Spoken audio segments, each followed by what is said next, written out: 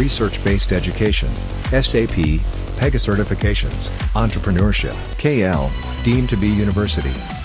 మరి వాళ్ళు చెప్తున్నారు కాంగ్రెస్ పార్టీ అట్టర్ ఫ్లాప్ అయిందని అంటున్నారు. దేనికి అట్టర్ ఫ్లాప్ అయిందో ఒకసారి వాళ్ళు వివరణ ఇవ్వాల్సిందిగా మేము కోరుకుంటున్నాము.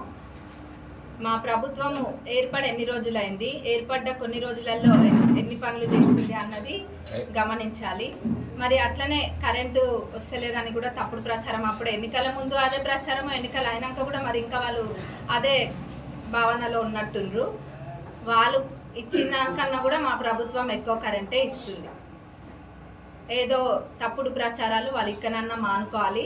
మా ప్రభుత్వము ఇప్పుడు ఇంకా నిజంగా మాట్లాడాలంటే వాళ్ళ ఎమ్మెల్యేలే మా దగ్గరకు వచ్చేటట్టున్నారు.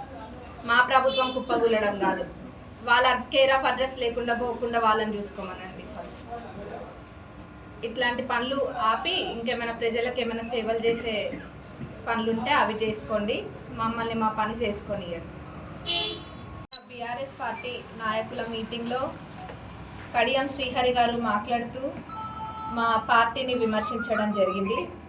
మా గౌరవ ముఖ్యమంత్రి గారిని, మరి అట్లనే మా మంత్రివర్యులైన కోమటిరెడ్డి వెంకటరెడ్డి గారిని విమర్శించారు. మరి వాళ్ళు నిన్న మీటింగ్ ఓదార్చడం కోసం పెట్టుకున్నారు. మరి అంత మట్టుకు ఆపుంటే బాగుండేది.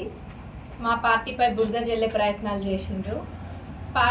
మా ప్రభుత్వం ఏర్పడి నిండా 2 నెలలు కూడా కాలేదు, అప్పుడే మా పార్టీ పైన బురద జల్లుతున్నారు. మరి గత 10 సంవత్సరాలు ఏం చేసిండ్రు ఆ పార్టీ వాళ్ళు అన్నది మేము కూడా ప్రశ్నిస్తాము తప్పకుండా. ఇది ప్రజలందరూ కూడా ఎవ్వరు పిల్లి కళ్ళు మూసుకొని పాలు తాగితే ఎవరు చూడరని అనుకుంటున్నారేమో. ప్రజలందరూ కూడా గత 10 సంవత్సరాలలో ఏం జరిగింది అన్నది ప్రజలందరూ చూసిండ్రు. అందుకనే మరి వాళ్ళ ఓటుతోటి బుద్ధి చెప్పిండ్రు ప్రజలు. అయినా కానీ ఆగట్లేరు. ఎందుకంటే వాళ్ళకి మరి ఫ్రస్ట్రేషన్ అనుకుంటా, ఓడిపోయిన ఫ్రస్ట్రేషన్ తోటి ఇవన్నీ మాట్లాడుతున్నారు. కానీ ఇప్పటికే మా ప్రభుత్వము 2 పథకాలను అమలుపరిచింది. అది కూడా ఇప్పుడు ఒక అప్పుల కుప్పలాగా ఉంది మన రాష్ట్రం.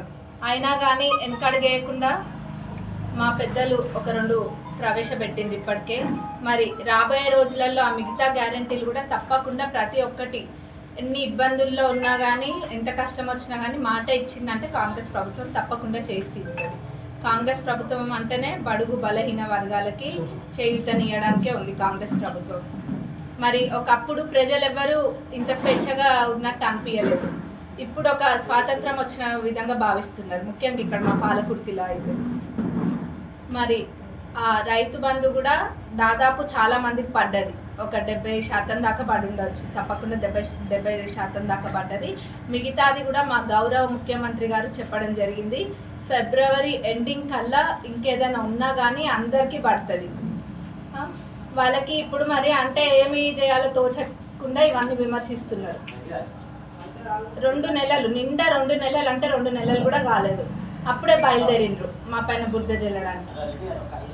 తప్పకుండా ప్రజలు మళ్ళీ బుద్ధి చెప్తారు. రాబోయే ఎన్నికలలో ప్రజలు చూపిస్తారు. ఇప్పుడు ఏంటంటే వాళ్ళు అంతే, రాబోయే ఎన్నికలలో మళ్ళీ ప్రజలని మభ్యపెట్టి మళ్ళీ అటువైపు లాగే ప్రయత్నాలలో ఉన్నారు తప్ప ఇంకేదో మంచి చేయాలన్న ఉద్దేశంతో కాదు. మరి మా పార్టీ నాయకులను అంటే మటుకు మేము ఊరుకునేది లేదు. మరిన్ని వీడియోస్ కోసం ఛానల్ ని సబ్స్క్రైబ్ చేయండి, లేటెస్ట్ అప్డేట్స్ కోసం వాట్సాప్ ఛానల్ ని ఫాలో చేయండి, అండ్ లింక్ డిస్క్రిప్షన్ లో ఉంది.